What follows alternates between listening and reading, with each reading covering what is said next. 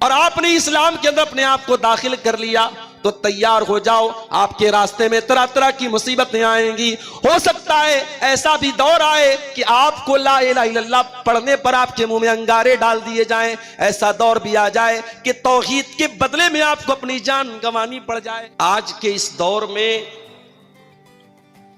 हम और आप अक्सर एक चीज को देख करके हमारे दिल में खटक पैदा होती है। जब हम ये देखते हैं कि ला इलाहा इल्लल्लाह पढ़ने वाला वो जलील हो रहा है और गैरुल्लाह की इबादत करने वाला इज्जत पा रहा है।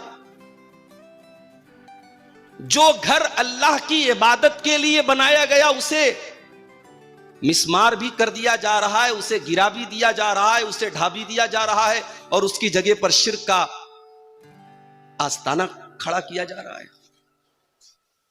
तो सवाल पैदा होता है कि ऐसा क्यों हो रहा है? क्या नऊजुबिल्लाह हमारा दीन सच्चा नहीं है? क्या हम एक अल्लाह के मानने वाले नहीं हैं? क्या इस्लाम दीन बरहक नहीं है? और अगर ऐसा है, हम एक अल्लाह के मानने वाले हैं और इस्लाम सच्चा दीन है और अल्लाह हमारा माबूद है, तो फिर हमारे साथ ऐसा क्यों हो रहा है? कुरान करीम में अल्लाह ताला ने कई जगहों पर इस सवाल का जवाब हमें दिया है। उसमें से एक आयत जो मैंने आपके सामने पढ़ी है, सूरह अनकबूत की इब्तिदाई आयत है। इन आयतों में अल्लाह ताला ने हमारे इस सवाल का जवाब दिया है कि ईमान का रास्ता कोई फूलों की सेज नहीं है।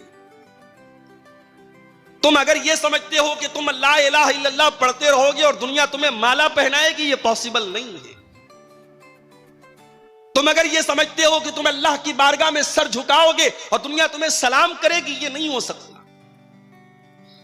अलिफ लाम मीम अहसिबन नासु अन युत्रकू अन यक़ूलू आमन्ना व हुम ला युफ्तनून। अलिफ लाम मीम, क्या लोगों ने यह समझ रखा है कि उनको यूं ही छोड़ दिया जाएगा, उनको आजमाया नहीं जाएगा, उनको फितनों में नहीं डाला जाएगा, उनको आजमाइशों में नहीं डाला जाएगा, उनको आजमाइशों की भट्टी में तपाया नहीं जाएगा? क्या लोगों ने यह समझ रखा है? वलक़द फ़तन्नल्लज़ीना मिन क़ब्लिहिम, ऐ मुसलमानों कान खोल करके सुन लो, तुमसे पहले भी हमने बहुत सारी कौमों को आजमाया था। हमने उनके ऊपर तरह तरह की मुसीबतें डाली थी, तरह तरह की आजमाइशें डाली थी। फलयअलमन्नल्लाहुल्लज़ीना सदक़ू वलयअलमन्नल काज़िबीन। ये अल्लाह का दस्तूर है, ये अल्लाह का कानून है, ये अल्लाह की सुन्नत है। वो हर दौर में अपने ईमान वाले बंदों को आजमाएगा ताकि सच्चों को अलग कर दे, झूठों को अलग कर दे, मोमिन को अलग कर दे, मुनाफिक को अलग कर दे। ईमान के रास्ते में आजमाइश तो आएगी। ईमान का रास्ता कोई इतना आसान रास्ता नहीं है। आपने जब ला इलाहा इल्लल्लाह पढ़ लिया और आपने इस्लाम के अंदर अपने आप को दाखिल कर लिया, तो तैयार हो जाओ, आपके रास्ते में तरह तरह की मुसीबतें आएंगी। हो सकता है ऐसा भी दौर आए कि आपको ला इलाहा इल्लल्लाह पढ़ने पर आपके मुंह में अंगारे डाल दिए जाएं। ऐसा दौर भी आ जाए कि तौहीद के बदले में आपको अपनी जान गंवानी पड़ जाए। अल्लाह के नबी ने ऐसे मौके पर फरमाया था, ला तुशरिक बिल्लाहि व इन कुतिलता औ हुर्रिकता। अगर ऐसा दौर आ जाए कि तौहीद के बदले में तुम्हें कत्ल कर दिया जाए, तुम्हें जला दिया जाए, तुम कत्ल हो जाना, तुम जलने पर जलना गवारा कर लेना, मगर तौहीद से कॉम्प्रोमाइज मत करना। आज क्या हो रहा है?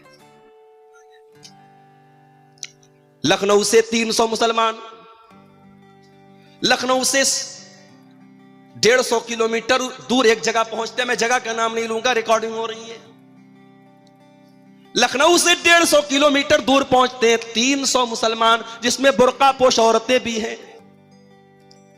और वहां जाने के बाद एक ऐसी जगह की वो जियारत करने जाते, एक ऐसी जगह का दीदार करने जाते हैं, एक ऐसी जगह का दर्शन करने जाते हैं जहां के बारे में हम सब जानते हैं कि अल्लाह का एक घर गिरा करके वहां बुत खाना बनाया गया। और बड़े डंके की चोट पर कहते हैं साहब हम तो मुसलमान हैं। मीडिया उन मुसलमानों को हाईलाइट भी करता है, मीडिया की नजर में वो बड़े अच्छे मुसलमान हैं। मीडिया कहता है कट्टर मुसलमान हो, देखो तुम कैसे मुसलमान हो, देखो ये मुसलमान हैं, ये इस्लाम के मानने वाले हैं, और मौका आया तो फला के आगे भी सर झुकाने के लिए तैयार हो गए। तुम कैसे मुसलमान हो, तुम्हारे मुंह से तो अल्लाह के सिवा कोई लफ्ज नहीं निकलता। हाय दुनिया वालों, कान खोल करके सुन लो, हमने जब ला इलाहा इल्लल्लाह पढ़ दिया तो ला इलाहा इल्लल्लाह का मतलब यही होता है हमारा सर झुकेगा तो अल्लाह के आगे झुकेगा, हमारी पेशानी अगर झुकेगी तो अल्लाह के आगे झुकेगी। हम किसी का नारा अगर लगाएंगे, किसी की मोहब्बत का तराना अगर गाएंगे, किसी के आगे अगर हम हाथ फैलाएंगे तो वो जात सिर्फ और सिर्फ अल्लाह की जात है, और किसी और के दर पे सर झुकाने वाला सब कुछ हो सकता है, मुसलमान नहीं हो सकता।